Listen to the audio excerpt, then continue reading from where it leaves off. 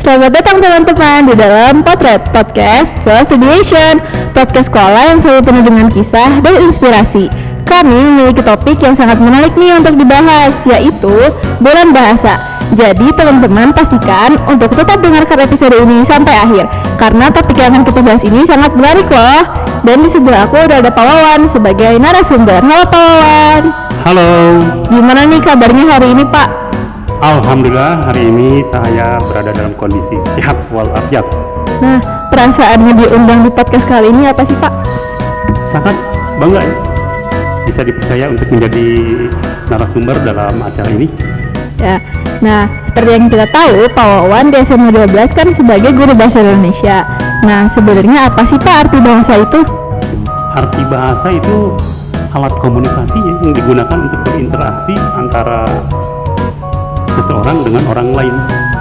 Oke, jadi kayak aku sama Pak Wawan nih lagi bicara, ya, itu kita pakai bahasa. Alat itu menggunakan bahasa. Ya, sebagai alat komunikasi ya. gitu ya Pak ya. Terus ini ada satu pertanyaan nih. Bagaimana pentingnya memahami berbagai bahasa di dunia yang semakin terhubung? Memahami bahasa yang banyak sebetulnya sangat jarang ya, orang yang bisa menguasai bahasa yang sangat banyak. Minimal kita yang menguasai bahasa daerah dan bahasa Indonesia dengan baik, insya Allah ya, kita akan mempunyai manfaat yang banyak ya, terutama dalam menyerap ilmu pengetahuan. Iya, jadi kayak Pak penting banget gitu kan? Iya, sangat penting. Walaupun misalnya tidak banyak menguasai, tapi minimal itu menguasai bahasa sendiri gitu. Karena untuk menyerap berbagai ilmu pengetahuan, informasi dan segalanya itu sekarang sudah banyak terjemahan, ataupun bahkan di dalam teknologi itu sudah ada mesin penerjemah. Ya, betul Pak. Terus apa sih Pak peran bahasa Indonesia dalam keragaman bahasa dunia? Peran bahasa Indonesia ya sangat banyak ya.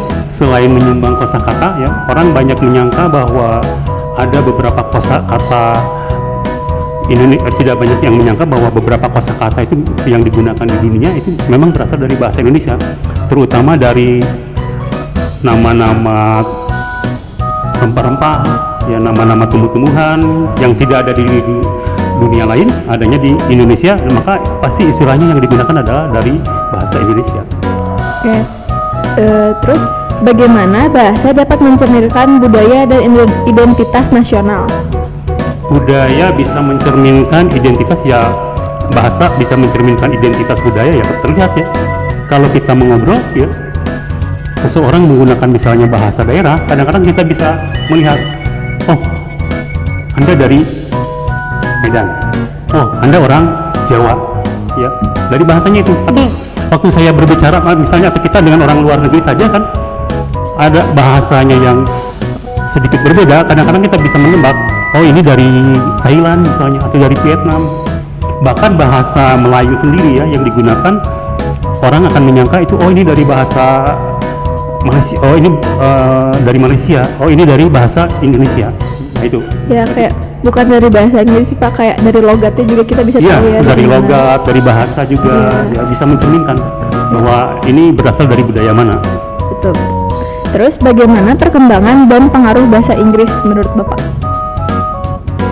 Perkembangan bahasa Inggris ya, saya rasa ini sangat berkembang ya, terutama dengan adanya teknologi ya. Banyak orang yang menggunakan teknologi untuk bisa berkomunikasi dengan orang-orang lain yang ada di belahan dunia lain, di luar negeri. Dan biasanya yang banyak digunakan itu adalah bahasa Inggris ya. Bahkan di sekolah-sekolah juga ya, selain ada sekolah internasional, di semua sekolah itu diajarkan bahasa Inggris. Berarti ini penggunaan bahasa Inggris ini memang sangat penting sekali. Bahkan ya, yang saya tahu tuh orang Indonesia, terutama yang menjadi dosen di luar negeri, itu sangat terkenal karena sangat pintar grammarnya. Jadi ada beberapa orang Indonesia yang mengajar di luar negeri itu karena memang dianggap hebat dari segi grammarnya itu. Jadi kayak dari berbagai negara nih, terus kalau misalnya mau ke negara lain pasti kan pakai bahasa Indonesia, pakai bahasa Inggris gitu ya Pak, sebagai bahasa pengantarnya. Ya. Terus kayak emang kadang kalau misalnya bisa bahasa Inggris agak keren gitu ya Pak. bisa juga menampilkan identitas kekerenan. Jadi kayak jaksel dikit gitu ya. Iya. Terus apa pesan bagaimana peran teknologi memengaruhi cara kita belajar bahasa?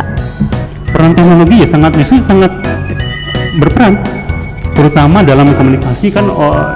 Kita bisa menggunakan bahasa Inggris misalnya berkomunikasi dengan orang luar itu menggunakan teknologi ya. Selain teknologi ada seperti Omet TV. Saya pernah lihat itu yang ada seorang yang memang belajar berbagai bahasa ya, seorang influencer gitu ya, belajar bahasa ya karena dia mempelajari secara otodidak ya. Langsung belajar, langsung mencoba berbicara dengan orang-orang yang ada di luar negeri menggunakan berbagai macam bahasa. Iya betul. Terus kan di sekolah kita ada Kemis Nyunda sama English Day. Nah menurut Bapak seberapa penting sih si Kemis Nyunda sama English Day ini diterapkan ke siswa-siswi? Nah ini harus betul-betul memang harus diterapkan ya, karena sangat penting. Kenapa? Kita bisa karena terbiasa ya. Mungkin ya banyak di antara kita kurang menguasai bahasa Inggris karena memang jarang dipakai dalam komunikasi di dalam kegiatan sehari-hari. Kalau kita misalnya terbiasa ya pasti akan mudah mempelajari bahasa Inggris itu. Begitu juga dengan bahasa Sunda. Sekarang banyak anak muda yang kurang bisa menggunakan bahasa Sunda dengan baik ya, karena memang setiap hari jarang menggunakan bahasa Sunda itu. Jadi kalau kita ingin pandai berbahasa ya gunakan bahasa di dalam kehidupan sehari-hari. Jadi tadi kan kayak kita bisa karena terbiasa. Jadi dengan adanya Kemis Nyunda sama English Day itu jadinya kita dibiasakan untuk memakai bahasa. Salah satu cara untuk meningkatkan kualitas diri kita dalam menggunakan baik itu bahasa daerah ataupun bahasa asing.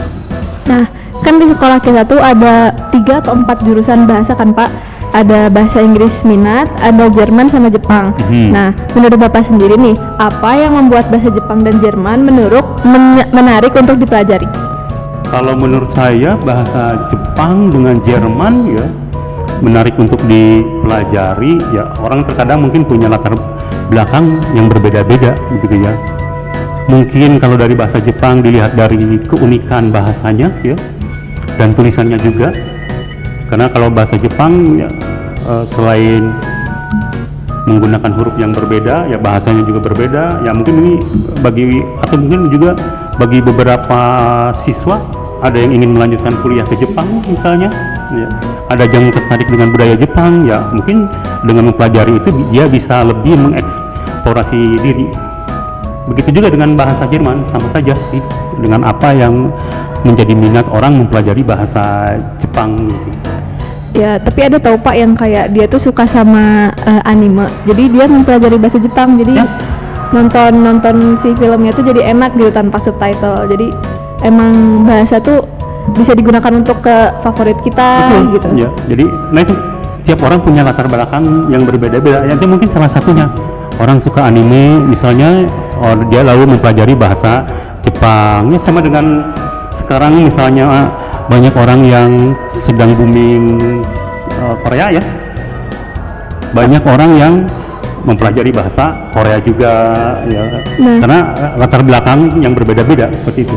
Nah, menurut seperti yang kita tahu nih, jadi banyak anak muda sekarang yang sukanya nih sama Korea. Terus jadinya lebih menguasai budaya Korea daripada Indonesia.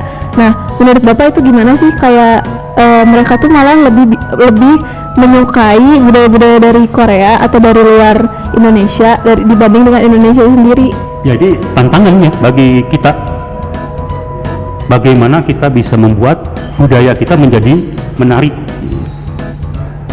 Jadi Korea sudah berhasil ya, bahkan bukan untuk Korea sendiri, sudah mendunia. Ya kita pun memang sebetulnya tidak bisa lepas dari kebudayaan itu, tapi paling tidak ya kita menyaring, lalu kita juga membuat budaya kita menjadi lebih menarik sehingga orang tetap mau ya menampilkan budaya-budaya sendiri.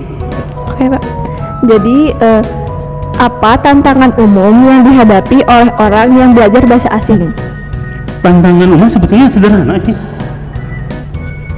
menggunakan bahasa asing itu di dalam kegiatan-kegiatan sehari-hari, pasti akan mudah mempelajarinya itu. Orang kenapa menjadi sulit? Ya karena tidak pernah digunakan. Hanya kalau misalnya Anda hanya belajar teori saja, grammar saja, maka itu yang dikuasai. Tapi kalau misalnya Anda menerapkan, lihat saja misalnya pemandu wisata, mereka tidak belajar, tapi karena digunakan setiap hari.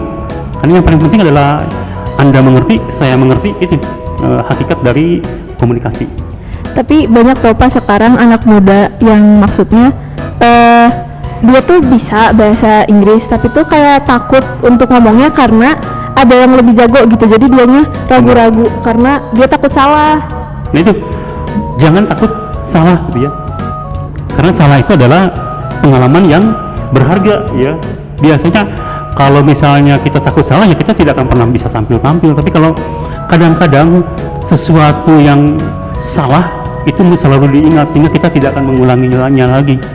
Nah, keberanian itu memang harus dipupuk supaya kita berani berbicara. Kalau kan tidak berani ya tidak akan bisa gitu. Ya tadi seperti pemandu wisata, mereka bisa berbicara. Kenapa? Karena mereka memaksakan diri untuk berkomunikasi. Mungkin pada awalnya mereka salah, tapi dari kesalahan itu mereka bisa belajar bahwa apa yang baik dan apa yang buruk untuk digunakan di dalam penggunaan bahasa sehari-hari tersebut, menggunakan bahasa asing. Jadi sebenarnya memang nggak usah takut gitu ya Pak kalau salah-salah. Soalnya yang aku dengar nih, pernah lewat di TikTok aku juga. Jadi ada orang bule itu ngomong kayak sebenarnya orang Indonesia tuh nggak usah takut karena mereka juga sebenarnya ngerti apa yang kita sampaikan, cuman ya emang mungkin kurang lancar aja gitu. Betul ya, jangan takut. Intinya mah itu harus dimulai dari bawa perasaan, berani. Kalaupun misalnya Anda salah tidak akan mempengaruhi apa-apa ya, karena memang sedang belajar. Orang yang diajak berbicara juga pasti akan bisa mengerti kalau memang kita salah itu karena kita sedang belajar. Nah, menurut Bapak nih, kan tadi bahasa itu penting banget kan untuk kita komunikasi antara satu sama dengan yang lain. Nah, menurut Bapak, seberapa penting sih bahasa asing di dalam mencari pekerjaan? Apalagi kan pekerjaan saat ini tuh kayak penting banget kan untuk keluar negeri gitu. Kalau dikatakan seberapa penting ya tergantung kepada jenis pekerjaan yang diinginkan ya. Kalau bagi saya, karena saya ini guru bahasa Indonesia, sebetulnya tidak menguasai bahasa asing juga.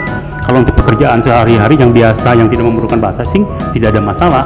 Tapi kalau memang pekerjaan yang menuntut seseorang harus menguasai bahasa asing, ya pasti orang tersebut harus menguasai bahasa asing tersebut. Jadi kalau menurut saya, contoh lah, Jepang waktu kalah setelah perang, setelah dibom atom oleh Amerika, apakah mereka belajar bahasa Inggris? Tidak ya, mereka hanya menerjemahkan. Dari situ mereka bisa berkepentingan dengan tetap menggunakan bahasa Jepang. Nah, menurut Bapak apa tips dan trik untuk mempelajari bahasa asing dengan efektif, jadi biar cepat bisa gitu? Kalau tip and trik ya tadi, berani berbicara dalam berbagai situasi. Yang kedua, banyak membuat kelompok ya. Kelompok-kelompok ini yang mendiskusikan sesuatu menggunakan bahasa asing yang ingin dikuasainya tersebut. Saya rasa itu cukup akan menjadi orang menjadi terbiasa menggunakan bahasa asing dan akan menjadi bisa. Selain kita bisa komunikasi sama yang lain, terus kalau misalnya kita punya bahasa menguasai suatu bahasa, apa sih Pak benefitnya gitu? Kalau selain untuk pekerjaan, terus selain untuk komunikasi, selain itu apa benefitnya yang bisa kita dapat? Yang kita bisa peroleh manfaatnya ya, selain kita bisa berselancar gitu ya, di internet menggunakan bahasa tersebut, berkomunikasi dengan orang lain ya, intinya mungkin bisa menjadi penerjemah. Banyak sekali lah ya benefit yang bisa kita dapatkan dengan menguasai bahasa asing gitu.